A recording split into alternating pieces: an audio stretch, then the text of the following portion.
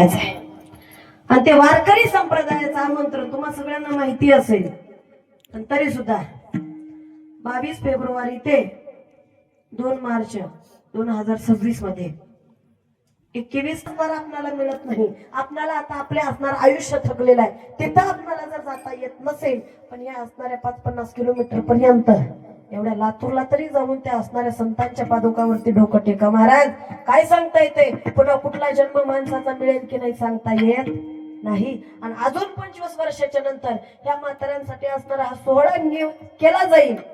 अजून 400 वर्षांची पूर्तता असणारी तुकोबरायांना होईल.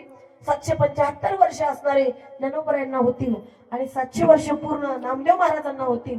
पण आपण जिवंत राहू की नाही याची गॅरंटी नाही. त्याच्यासाठी ज्या दिवशी आपल्या तालुक्याचा असणारा नियम आहे किंवा आपण रोज जरी गेलो तरी काही हरकत नाही ना महाराज.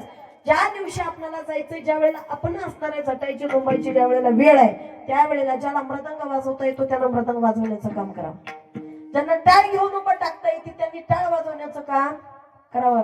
ज्यांना गायन करता येतं त्यांना असणारे गायन करावं.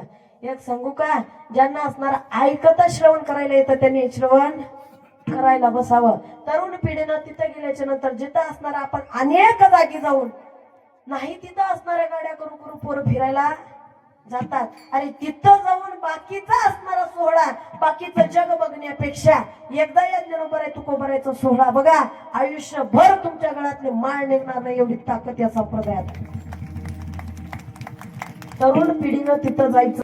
जसं जरांगे पाटलांच्या सभेला एक पोरग तरुण गावात राहिलं, पोरं तर राहिले नाहीत, म्हातारे सुद्धा गेलते की नाही.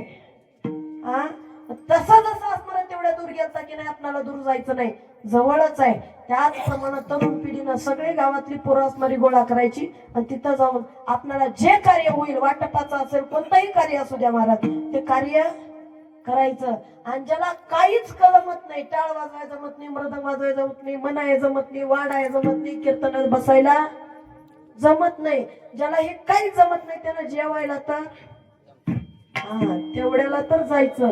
तिथं जाऊन तिथला प्रसाद जरी घेऊन आला तर आपला उद्धार झाला महाराज. पण त्या सोहळ्याला गेल्याशिवाय गावातला एक सुद्धा माणूस ठेवायचा नाही.